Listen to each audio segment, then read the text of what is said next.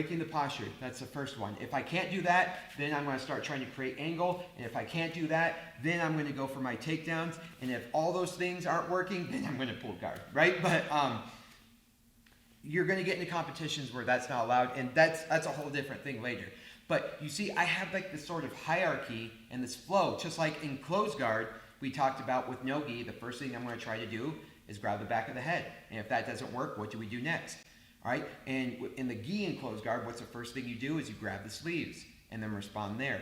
And then mount, we talked about the first thing is either a choke or Americana, right? So we have this nice flow. So when we stand up with somebody, one of the first things I teach and one of the first things I go for, and I think is one of the safest things to do, is breaking the posture, okay? So I'm trying to get Porter's head below my head, okay? I'm trying to control this posture. Not only are his shoulders out of alignment with his hips right now, and his shoulders are in front of his feet, making it easy to pull him forward. You see how he doesn't have a strong base there? If he's got a strong base and it's going to be a lot harder to pull him forward if he doesn't want to be pulled forward. But when his head is forward like this, it's really easy for him to get pulled forward because, as we've always said, his body will follow where his head goes. So wherever I can make his head go, especially in the standing position, usually the rest of the body will follow.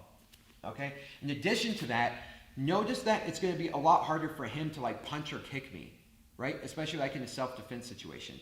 So if I were to get in a self-defense situation, someone's throwing Hail Marys at me and I don't want to go for a takedown because it's like concrete, one of the first things I might do is I might try to close the distance, grab him, and pull his head below me, right? And now as he goes to like punch me, it's going to be way less effective blows, especially if he tries to punch me in the head from right here, right? And then in addition, he's not going to get any good kicks off towards me right now. And this is something where I can do a lot of damage. And now it's going to lead into front headlocks, or it's going to lead him going to the ground right here. And notice now, this is one of the reasons why I think this is a very effective tool for both sports jiu-jitsu and self-defense, is all of his tools to defend himself and attack me are facing the ground, and he's exposed to his back, which we talked about a little bit in mount, right? Is exposing your back, showing your back to your opponent is one of the worst things you can do. He can't see what I'm doing. His head's close to the pavement if I needed to do damage to the back of his head or punch the back of his head. And now I can put all my weight on him.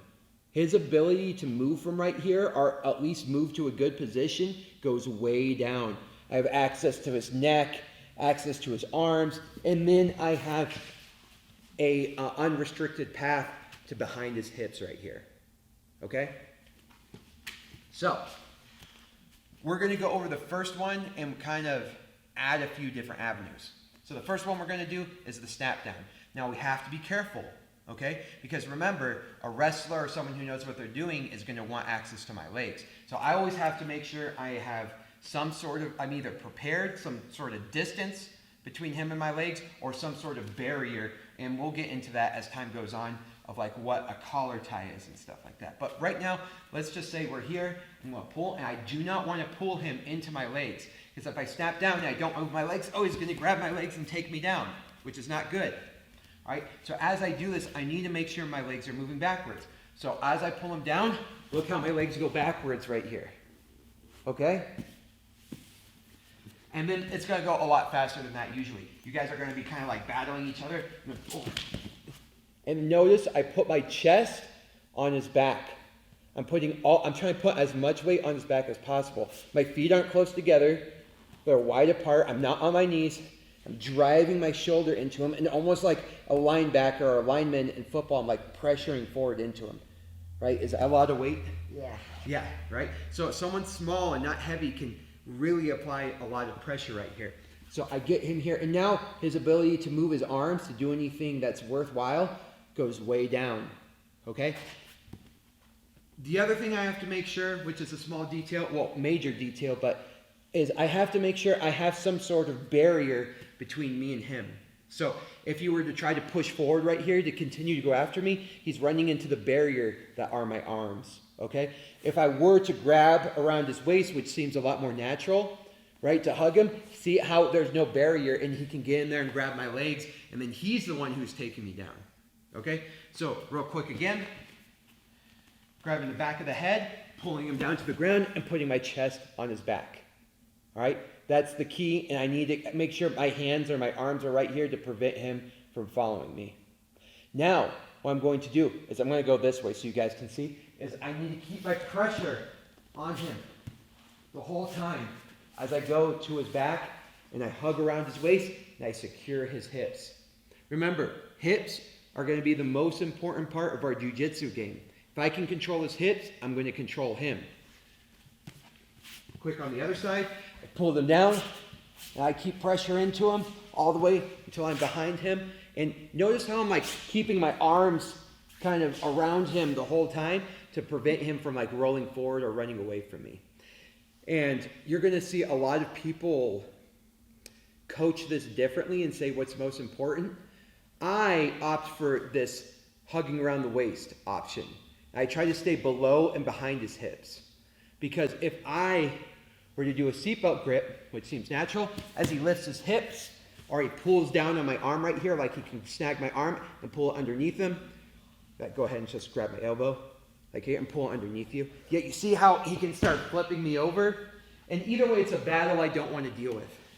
But if I hug right here and I pin his hips to my hips, I stay close. Now if he goes to lift his hips up like this, see, he doesn't control my hips. My hips stay the same. Okay? In addition to that, I can either punch through here to get him to the ground, or I can punch through the other side and get him to the ground.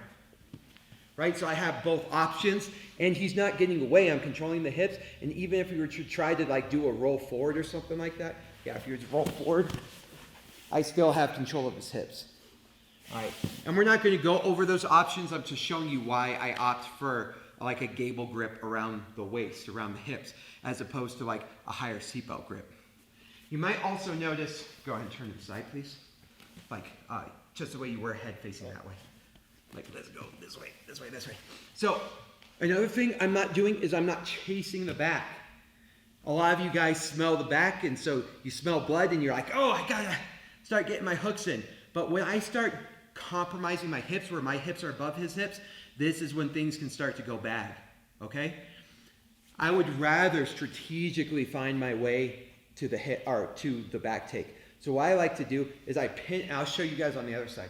I pin my knee against his knee and I pull him over, and now he falls right in my lap. And I get my hook in, roll continuously to get this hook in, and then I can go for the choke. And now you can kind of see how this relates to when we were in mount and we did a back take from mount. And so it's going to flow together. So now let's go ahead and do it from the top. So this is what it's going to look like. I'm going to be here. I'm going to snap him down, chest on the back, get around, hook, pull him in, hook, hook, lock this in, and then I have the short choke, or the rear naked choke. So now I'm going to add a lot of details in as we do this. So one, let's talk about the collar tie. Why do a collar tie? It's obviously around the collar, right? I can grab with two hands, but they're just not going to let that happen usually. We're usually going to come in here, we're going to be grabbing each other, then he's probably going to lock a collar tie, and so I want to neutralize that by grabbing my own collar tie. Okay? And when I grab the collar tie, same thing again, the praying mantis arm, is I grab this praying mantis arm and I hook the back of his neck. And that way, he's like carrying my body weight. It's like I grab these little hooks, and if I fall, he falls. Does that make sense? I don't want to extend like this. So I don't want an extended collar grab. I want to be like praying mantis. There's the best way to say it, praying mantis arms, right? T-Rex arms. T-Rex arms, yeah, in here. But I want to hook right here and put pressure down. In addition, I'm creating a barrier against his collarbone and his shoulders. So if he were to go shoot for my legs, he's got to go through this barrier, which is really difficult. If I were extended like this, like he can just push my arm up just like kind of like a pop and go. Boom, and yeah, he can get there. So even like here, do it to me, just kind of like straight. So yeah, if he didn't have that right here, I can just have access to here, and even if it was weak, I could just pop it and go. So what you want to be able to do is have this almost arched so much in front, almost to like his sternum. So that way, even if you were to try to pop and go, it wouldn't have an effect on me. I'm like in here tight. I'm controlling this position. Okay? And then you don't, like, some people, if they're gonna let you get double unders like this, heck yeah, right? But most of the time, he's gonna like opt to go for a collar tie, and now we're kind of stuck in like this 50-50 position where we're kind of like pumming and back and forth, okay? So that's a typical collar tie. So what I like to do when I'm in here is if we're going and he's got like a collar tie and stuff, what I'm going to do now is step backwards, creating space to allow him to fall. I'm going to snap him down to the ground. So I'm going to step back, boom, and get him down to the ground. Notice how it's not straight down. For him, it's a forward movement. For me, it's a backwards movement. So it's like down at an angle, okay? And remember, it's because I'm trying to get his chest out of alignment with his hips, and his body will follow where his head goes.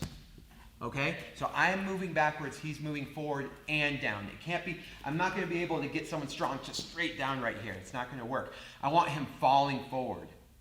Okay? So we're here in the collar tie. I'm making sure I got this good shield so that way he can't get access to my legs. And I got to make sure as I snap down, I'm not giving him my legs. Okay? So we're right here, we're wrestling around, right? I'm going to pull him down, and I'm going to get my chest right on his back immediately. Because if I don't, he's just going to sit guard or stand back up.